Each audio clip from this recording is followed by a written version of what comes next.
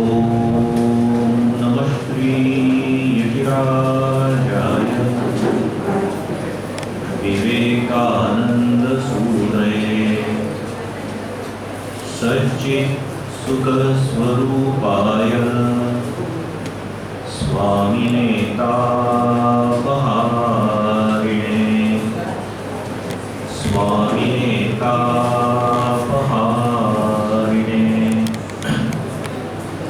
आदरणीय शिक्षकवृंद, इतर उपस्थित मान्यवर आणि माझ्या प्रिय विद्यार्थी बंधू भगिनींनो, आजचा आपला विषय आहे right direction and human excellence. Human excellence म्हणजे आपल्यामध्ये बरंच काही चांगलं आहे, एक सिंह आपला निकृष्ट आहे, तर ती आपली शक्ती जागृत करणं, आपल्यामधला सगळा चांगुलपणा व्यक्त करणं, त्याला आपण ह्यूमन एक्सलन्स म्हणू शकतो। आणि आता त्यासाठी राईट डायरेक्शनची काय गरज आहे, एक उदाहरण म्हणून बघूया। समजा माझ्या हातात एक कॅन्डल आहे, आता ही कॅन्डल जळत आहे, छानपैकी प्रकाश देत आहे। ही कॅन्डल जळण्यासाठी तुमच्यापैकी कोणी उत्तर देऊ शकेल की काय काय लागतं? फक्त हात वर करून उत्तर द्यायचा। ही कॅन्डल, हा माचीस, ओके। ऑक्सिजन, माचीस, oxygen, oxygen and fire, oxygen and fire म्हणजेच माचीस। मेन म्हणजे मेणाचा धागा आहे। मेन म्हणजे अच्छा, मेन म्हणजे मेणाचा धागा। अच्छा, मेन पण पाहिजे आणि तो धागा पण पाहिजे। यांनी MEIN असा तो मेन वापरला, ओके। आपण मराठीत मेण असं पण म्हणतो, तर चला ठीक आहे, मेन पण पाहिजे, धागा पण पाहिजे। आणखी काही जवळपास सगळ्या कंडिशन फुलफिल झाल्या आणि दुसरं ते पेटवणारा पाहिजे, बरोबर? ठीक आहे। आता आणि प्लीज आपसात कोणी बोलू नका। आता ह्या सगळ्या कंडिशन फुलफिल होत आहेत आणि तरी ही कॅन्डल जी मी अशी धरलेली आहे ती दिसते केव्हा? मी ज्यावेळी ही कॅन्डल अशी उलटी धरतो त्यावेळी। And here lies the importance of direction. मित्रांनो, तुमच्यामध्ये खूप चांगल्या गोष्टी असतात रे, खूप चांगल्या। तुम्ही देशातले महान, फक्त देशातले कशाले, जगातले तुम्ही महान व्यक्तिमत्व तुमचं घडू शकतं। खूपदा काय होतं, आपली डायरेक्शन चुकली असते। ती मेणबत्ती प्रकाशनासाठी, ज्या प्रकाशाने तुम्ही सगळ्यांना दिशा दाखवू शकता, दुसऱ्यांच्या वाटा तुम्ही उजळू शकता, त्या सगळ्या कंडिशन फुलफिल होऊ शकतात, पण फक्त तुमची डायरेक्शन चुकली की दुसऱ्याचं तर सोडा रे, तुमचा स्वतःचा प्रॉब्लेम येतो। आता आपण बघू की ती नेमकी डायरेक्शन म्हणजे काय। एक मुलगा आहे, काही वर्षापूर्वी, 2 वर्षापूर्वी आमच्याकडे युथ कन्व्हेन्शन झालं। आता तुम्ही इथे 150 वर्ष मुलं बसली आहात, आमच्याकडे मस्त 1200-1400 मुलं होती आणि त्याच्या समोर इथे स्वामी विवेकानंदांचं मस्त 20 बाय 30 फुटाचं एक पोस्टर आहे छानपैकी, आणि एक माणूस तिथे लेक्चर द्यायला आलेला आहे, माझ्यासारखी हाईट असणार, आणि तो म्हणतो, तो आहे यूपीचे डीजीपी म्हणजे डायरेक्टर जनरल ऑफ पोलीस। कसली भारी पोस्ट आहे, अख्ख्या यूपीचा तो पोलीस प्रमुख आहे, सगळे जण त्याला बसवून असतात, बरोबर? तो माणूस म्हणतो, सुरुवात अशी केली त्यांनी, बोले वो आपकी एक फिल्म है ना अब तक 56, तो बोले किसी बंदे ने 56 एनकाउंटर किए हैं, इसलिए उसके ऊपर वो फिल्म बनी है। अब अगर कोई हमारे ऊपर अगर फिल्म बनाना चाहता है तो 2 फिल्म बनानी पड़ेगी, क्योंकि माहिती तुम्हाला 100च्या वर त्यांनी एन्काउंटर केल्या, असला हा डेंजरस माणूस, बरोबर ना? तुम्ही कोण आयुष्यमाराव आपण वगैरे असलं बनवलं का मजा येणार, बरोबर ना? पण आता हा मुलगा बघा, तो म्हणतो, दोस्तों आप लोगों को बड़ा आश्चर्य हो रहा होगा, मस्त लग रहा होगा कि अरे 100 से ज्यादा एनकाउंटर किया हुआ आदमी यहाँ हमारे सामने खड़ा है, इसके जैसा बनना चाहिए। अब तो उनको, लेकिन मेरे प्यारे दोस्तों, एट द एज ऑफ 14 जब हम 9वीं में थे तब हम कैसे थे?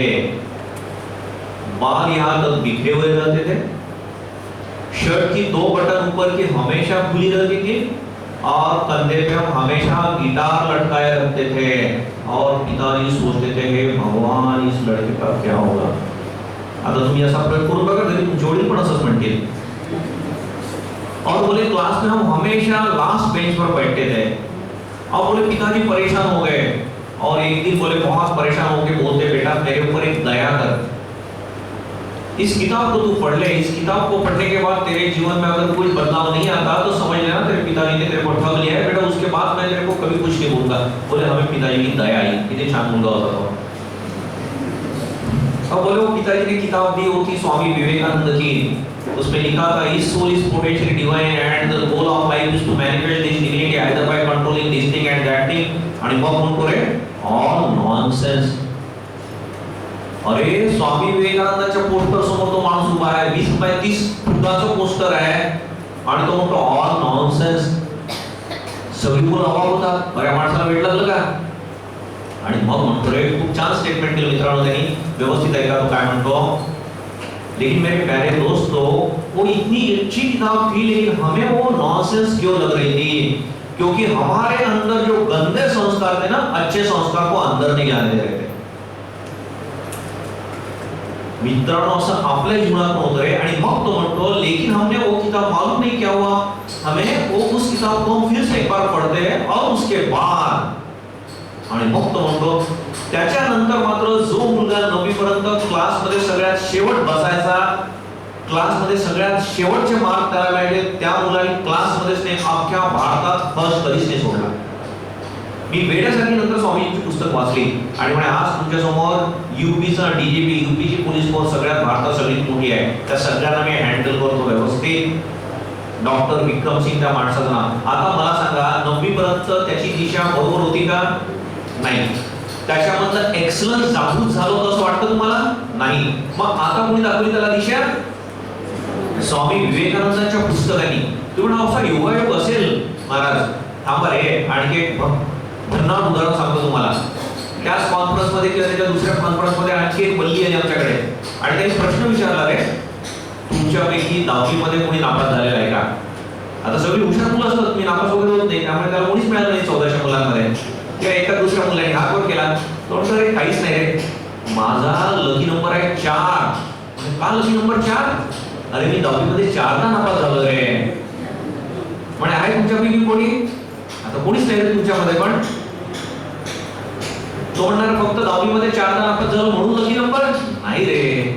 कारण मी 12वी मध्ये पण 4दा नापास झालो आहे. तुम्ही म्हणणार हो स्वामी हो तुम्हाला लोकांना पण वेळ लागलं का. तो एक वेळ आहे पण त्याला कशाला बोलवलं तुम्ही. ऐका आता मित्रांनो ज्या माणसाला 10वी मध्ये 4दा नापास होतो 12वी मध्ये 4दा नापास होतो समाजात त्याला काहीतरी किंमत असणार का. घरचे लोक त्याला नको नको तितकं टोचणार. कावळे जसे टोचून टोचून मारतात ना तसे घरचे लोक पण बोलणार आहे त्याला. नातेवाईक बोलत आहे आजूबाजूचा समाज बोलत आहे. त्याला नोकरी तरी कुठे मिळणार. एका ट्रकवर क्लीनरची त्याला नोकरी मिळेल. तो ट्रक ड्रायव्हर पण मित्रांनो आई बहिणीची शिवी असडायचा. मित्रांनो लक्षात घ्या रे हे निर्माण कोणी केले आता जबाबदार कोण आहे. हा मुलगा स्वतः बरोबर ना. त्याने ती नोकरी सोडली कंट्रोल. एका हॉटेलमध्ये काम करतो. कप्पाच्या मिसळायचं काम पुष्ट्या प्लेट्स धुवायचं काम त्याला आवडत नाही पण नाईलाज आहे रे. तो हॉटेलचा मालक पण त्याला घड्याळ्याने शिवाय देऊन देतो. कंटाळला जीवाला आत्महत्या करायची इच्छा निर्माण होत आहे. अशा वेळी तो एकदा चाललाय रस्त्याने एका फुटपाथवर त्याला काही गर्दी दिसते. तो पण जातो आउट ऑफ क्युरिओसिटी आणि तिथे बघतो स्वामी विवेकानंदांची पुस्तकं.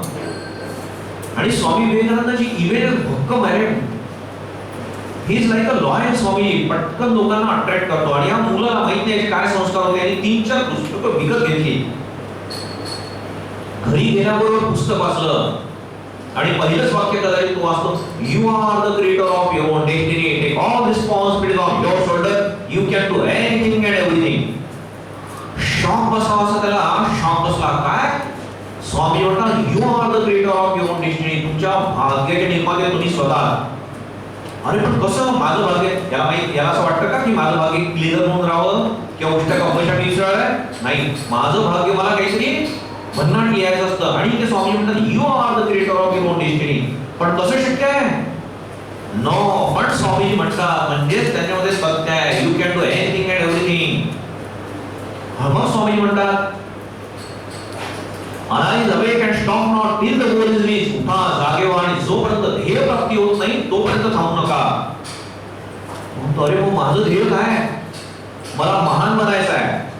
बेटा आपल्याला प्रत्येकाला वाटत असतं रे महान बनायचं आहे, बरोबर? आणि त्यासाठी मेहनत. फक्त म्हणतात केलं काय पाहिजे? स्वामीजी म्हणतात थांबायचं नाही तोपर्यंत. मग आतापर्यंत मी कुठे थांबलो होतो? हो, चुकीची संगत होती मला, मी अभ्यास नाही केला, माझं ध्येय ते होतं, पण मी डेव्हिएशन झालं कुठेतरी. ओके, पण आता मला कळलेलं आहे, आता मला गुरु मिळालेला आहे, मला दिशा मिळालेली आहे. आणि स्वामी विवेकानंद आता मला रोज रोज दिशा दाखवणार आहे. वेड्यासारखी तो स्वामीजींची पुस्तक वाचत सुटला. आणि मग पुन्हा एक स्वामीजींचं वाक्य जे याच्या जीवनात आता उतरतं. तो म्हणतो, स्वामी म्हणतात faith in yourself, faith in God, and that is the secret of greatness, human excellence. अरे मला मग तेच बनायचं आहे, ग्रेट बनायचं आहे मला. आणि स्वामीजी काय म्हणतात? स्वतःवर विश्वास, देवावर विश्वास. तो म्हणतो स्वामीजी माझे देव तुम्ही, एवढा तर प्रॉब्लेम सुटला आता, आणि तुमच्यावर माझा 100% विश्वास आहे, आणि आता राहिला माझ्यावर विश्वास. मग तुमच्यासारखी गुरु माझ्या पाठीशी असले तर मग विश्वासाची काय कमतरता? पाच स्वामीजी तुमची आणि माझी आता टीम, आपण बघू आता काहीतरी करूनच जाऊ. त्या मुलाने आता या वयात पुन्हा बीकॉमला ऍडमिशन घेतली. एवढसा इंग्रजी मधला पॅरेग्राफ वाचायला त्याला 3-3 तास लागायचे. पण पुन्हा arise awake and stop not till the goal is reach. थांबणार नाही मी, नाही थांबणार. मला कोणी थांबवू शकत नाही. आता जगातली कुठली शक्ती माझी प्रगती आता रोखू शकणार नाही. भले माझी स्पीड कमी असणार, पण एक दिवस तो मोमेंटम पण मला प्राप्त होणार आहे. का? माझा स्वतःवर विश्वास आणि माझ्या देवावरचा विश्वास. नंतर बीकॉम पास झाला, आता त्याचा कॉन्फिडन्स वाढला मित्रांनो. आणि तो म्हणतो आता मी युपीएससी ची परीक्षा देणार. बघा, जो मुलगा 4-4दा नापास झाला तो आता युपीएससी चे स्वप्न बघत आहे. फक्त स्वप्न नाही, मेहनत करत आहे तो. पण त्याचा लकी नंबर किती? येस. आता 3दा नापास झाला आहे तो. आणि चौथ्याला इंटरव्ह्यूला गेला तो. इंटरव्ह्यूला गेल्यानंतर त्याच्याच भाषेत सांगतो, भरल्या सभेमध्ये सांगितलं ते. ती म्हणे बाई जी इंटरव्ह्यू घ्यायला बसली होती, आधी ती तुमची प्रिलिमिनरी एक्झाम असते, नंतर मेन असते, नंतर इंटरव्ह्यू, बरोबर? ती म्हणे इंटरव्ह्यू घेणारी बाई, ह्या 2 स्टेप तर त्यांनी पार केल्या. ही इंटरव्ह्यू घेणारी बाई आहे म्हणे. असला भयंकर मेकअप केलेला तिने.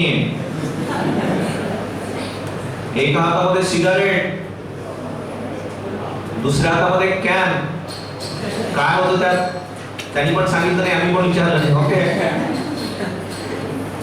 आणि असले भयंकर भयंकर प्रश्न विचारत होती ती, आणि आपल्या गड्याला एकही उत्तर येत नव्हतं.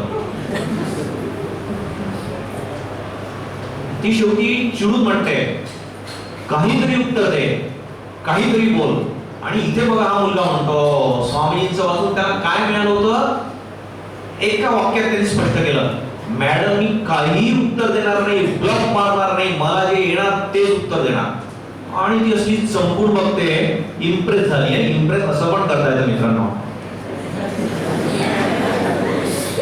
ते म्हणते अरे याचं आयुष्य आता माझ्या हातात आहे, आणि मला असं ब्लंटली हा उत्तर देऊ शकतो. याचा सेल्फ कॉन्फिडन्स, हिम्मत, निर्भयता. स्वामीजींना एक शब्द मस्त आवडायचा. उपनिषदामधला कुठलाही शब्द जर मला आवडत असेल तर तो अभि, निर्भयपणा, निर्भयपणा. आणि निर्भयपणे म्हणतो तो. का घाबरायचं कुणाला? मी जसा आहे तसा आहे, मी आणखी चांगलं बनणार आहे. मॅडम मी काही उत्तर देणार, ब्लॉक मारणार नाही, जे येणार ते येणार. आणि मग ती म्हणते, कुठेतरी तिला कळलं की याच्यात पाणी आहे या पुरामध्ये, काहीतरी वेगळं आहे हा. तो म्हणतो ओके. आणि ती पण चालेल, बरं बोल, कुठल्या विषयावर विचारू तुला? मॅडम हिस्ट्री मधलं विचारा, तुम्हाला काय विचारायचं आहे. आणि असली भयंकर बॉलिंग करायला लागली ती. आणि आपण चौके छक्के मस्त. त्या इंटरव्ह्यूमध्ये पास झाला. आता या मुलाला भेटायला जर तुम्ही जर भेटायला म्हणजे तुम्हाला जर ठाण्याला जा, सेल टॅक्स डिपार्टमेंट मध्ये किंवा इन्कम टॅक्स डिपार्टमेंट मध्ये असिस्टंट कमिशनर अख्ख्या ठाण्याचा होतो, ठाणे जिल्ह्याचा. आणि कोण मुलगा? ज्याचा लकी नंबर 4 होता. तुमची एवढी वाईट परिस्थिती आहे का? नाही. मग तुम्ही आणखी किती वर जाऊ शकता? प्रोव्हाइडेड याला दिशा कोणी दाखवली? स्वामी विवेकानंद हा मुलगा 1 तास मस्त बोलत होता आणि पुन्हा पुन्हा स्वामीजींचे कोटेशन सांगत होता तो पुन्हा पुन्हा. म्हणजे स्वामी विवेकानंद माझ्यासाठी अगदी गुरु आहेत. अगदी बोल धरून तुम्हाला मार्ग दाखवतात. मित्रांनो, आपला प्रॉब्लेम काय तो रे? त्या व्हॉट्सअप मध्ये आपल्याला 1 तास 2 तास आणि फालतूचे मेसेज असतात सगळे ते सुविचार. तो पाठवणारा पण गाढव असतो आणि वाचणारे पण आपण गाढव असतो. आला की आपण जगहिताचं दुसऱ्याला पाठवून देत होतो, बरोबर ना? स्वतःसाठी काहीच नाही, आपलं अख्खं जीवनच पवित्रार्थ आहे, बरोबर ना? त्याच्यापेक्षा जसं आता देशमुख सरांनी सांगितलं, जस्ट या 15 मिनिट द्या फक्त स्वामी विवेकानंदांसाठी आणि तुमच्यापैकी कुणाही सोबत भेट लावायला तयार आहे. मी 3 महिने तुम्ही स्वामी विवेकानंदांचं 15 मिनिट फक्त रोज वाचा आणि माझी पर्सनॅलिटी नाही बदलली असा मला फोन करा. तुमचे पैसे घरपोच पोहोचवण्याची व्यवस्था करतो त्या पुस्तकाची. आता एक आणखी एक मुलगा तुमच्या वयाचा चांगल्या घरचा मुलगा आहे. आपण बघत होतो या लोकांची डायरेक्शन चुकलेली होती आणि आता डायरेक्शन पुढे दाखवली हे बघितलं. आणखी एक मुलगा बघा, खूप चांगले संस्कार त्याचे मित्रांनो. इंजिनिअरिंगच्या सेकंड इयरला आहे, फर्स्ट इयरच्या मुलांची रॅगिंग घेत आहे, पण तसा मनाचा चांगला आहे. एका पर्टिक्युलर मुलाची ज्यावेळी रॅगिंग घेतात त्यावेळी त्याला कळतं की त्या मुलाला खूप जरा मानसिक प्रॉब्लेम येत आहे. He is not prepared for such type of ragging. तो आपल्या मित्रांना सांगतो, अरे त्याची रॅगिंग घ्यायला नको रे, त्याला खूप त्रास होता असं दिसतं. आणि त्याचे मित्र, हे आज काय साधूच्या गप्पा मारू नको, त्या फर्स्ट इयरच्या मुलांना आपल्याला मजबूत बनवायचं आहे. अरे गाढवांनो, दुसरा पण काही मेथड असते की मजबूत बनवायची, घेतलीच पाहिजे त्याची रॅगिंग. आणि हा जो मुलगा ज्याची रॅगिंग, आता हा जो मुलगा आपण म्हणत चांगला मुलगा, त्याचं नाव रमेश सुविद्धार आणि बाकी त्याचं टोळकं. आणि जो मुलगा ज्याची रॅगिंग घेत होता त्याचं नाव राम. हा राम नावाचा मुलगा घरी आपल्या आईला पत्र लिहायचा फेसबुकवर, आई इथली मुलं खूप रॅगिंग घेतात, मला सहन होत नाहीये, प्लीज मी घरी येऊ का? कुठली आई म्हणणार रे अशा वेळी घरी येऊन? बेटा होत असतं रे, सहन करतात सगळीच मुलं. किती मेहनत घेतली तू आणि काय ऍडमिशन साठी पण आपण एवढे पैसे दिले, चांगलं कॉलेज आहे ते, प्लीज थोडं सहन कर. या मुलांनी 5, 6, 8, 10 लेटर लिहिले घरी. कुठली मुलं रॅगिंग घेतात त्या मुलांची पण नावं लिहिली. त्याच्याही शेवटी एवढं म्हणते, मी प्रिन्सिपलला भेटायला येऊ का? तो मुलगा म्हणतो, आमचे प्रिन्सिपल पण तसेच आहे, काही लक्ष देत नाही. आणि ही मुलं चौताळणार माझ्यावर, खूप बदला घेणार. त्याच्या आईला कळेल अरे काय करावं. आणि एक दिवस त्याच्या आईला निरोप मिळतो, कॉलेजमधून फोन जातो, तुमचा मुलगा रमेश त्यांनी आत्महत्या केलेली आहे. सरळ त्याची आई त्या सगळ्या प्रिंटआउट घेतल्या त्यांनी, सरळ त्या कॉलेजमध्ये गेली, पत्रकार परिषद घेतली, सगळं प्रिन्सिपल, टीचर्स सगळ्यांना धुवून काढलं त्यांनी आणि पत्रकारांनी सगळ्यांना धारेवर धरलं. आणि आज ही मुलं सगळी जेलमध्ये आहेत. पर्टिक्युलरली त्यातला जो रमेश नावाचा मुलगा बघा, चांगले संस्कार आहे. मी काय म्हटलं, मेणबत्ती जळायला बेटा आपल्याजवळ सगळं आहे. या मुलामध्ये चांगले संस्कार होते, त्याचे आई वडील चांगले होते, पण तरी आज जेलमध्ये आहे. Who is responsible for this situation now? त्याला ही डायरेक्शन कुठेतरी चुकीची दाखवली, कोणी दाखवली ती डायरेक्शन? मित्रांनी. आणि म्हणून मित्रांनो, स्वामी विवेकानंद म्हणतात, whatever makes you weak physically, mentally, spiritually, reject it as a poison. जे काही तुम्हाला दुर्बल बनवतं त्या सगळ्यांचा विषवत त्याग करा. मग तो तुमचा बॉयफ्रेंड असो की तुमची गर्लफ्रेंड असो की आणखी नातेवाईक असो, जे पण इव्हन तुमचे घरचे लोक पुन्हा तुम्हाला टोचत असतील ना, घरी पण सांगायचं, म्हणत असतील गलड्या आहे, तू बेकल आहे, बेवकूफ आहे, सांगायचं आहे बाबांना, बास खूप झालं, ठीक आहे मला थोडीशी अक्कल कमी आहे, पण मी अभ्यास करतो, मी हार्डवर्क करतो, मला पानउतारा पुन्हा पुन्हा करायचा नाही. मी सांगून ठेवतो शेवटचा शब्द, नाही पुन्हा लॉक करायचं. जे काही तुम्हाला वीक बनवतो त्या सगळ्याचा त्याग करा. आई वडिलांना सांगा, मी जातो दुसऱ्या शहरात, तिथे मी अभ्यास करणार, भले मी नोकरी करणार तिथे. मित्र टिंगल उडवत असतील तर त्या मित्रांचा पण त्याग करायचा. चुकीचं दाखवत असेल दिशा, त्या मित्रांचा, मैत्रिणींचा मर्सिलेसली त्याग करायचा. एका मुलीचा किस्सा सांगतो तुम्हाला, सत्य घटना. ती मुलगी खूप गरीब आहे आणि तिला एका माणसाने दत्तक घेतलाय. खूप छान देव माणूस आहे तो. त्या मुलीवर खूप प्रेम करतो. आपल्या मुलीवर जेवढं प्रेम केलं नसतं तेवढं या मुलीवर प्रेम करतो. ही मुलगी मोठी झाली, कॉलेजमध्ये गेली. बघा पुन्हा स्वामीजींचं वाक्य, arise awake and stop not till the goal is reach. So what was her goal? बेटा आपला गोल काय असतो आपण कॉलेजमध्ये येताना? चांगले मार्क मिळवणं, चांगलं करिअर. नंतर सगळं लग्न वगैरे तर कितीतरी आहे सगळं नंतर तुम्हाला, अख्खं आयुष्य आहे. माझ्यासारखं की तुम्ही साधू होणार नाही. पण आता या मुलीचं बघा कुठलं तरी गोल, स्वामी काय म्हणतात, थांबू नका जोपर्यंत गोल प्राप्त होत नाही. आणि ही मुलगी बघा आता कुठेतरी एका मुलाच्या प्रेमात पडली. अच्छा एवढंच नाही, तो मुलगा तिला म्हणतो आता बघ तुझे आई बाबा आपलं लग्न मुळीच लावून देणार नाही, मग आपण पळून जाऊ. आणि ही गाढव बेवकूफ मुलगी ही पण त्याच्यासोबत पळून गेली. कुठे पळून गेले? दुबई. तुमच्यापैकी कुठे दुबई मस्तच राव. तिच्या वडिलांना ज्यावेळी माहित झालं की हे लोक दुबईला पळून गेले, या माणसाने ना या मुलीच्या नावावर सगळी डील केली. कोटी कोटी रुपयाची प्रॉपर्टी सगळी या मुलीच्या नावावर केली होती. आधी लगेच डील चेंज करून टाकली या माणसाने. त्या मुलाला माहित झालं की हिच्या वडिलांनी बिल कॅन्सल केलेली आहे.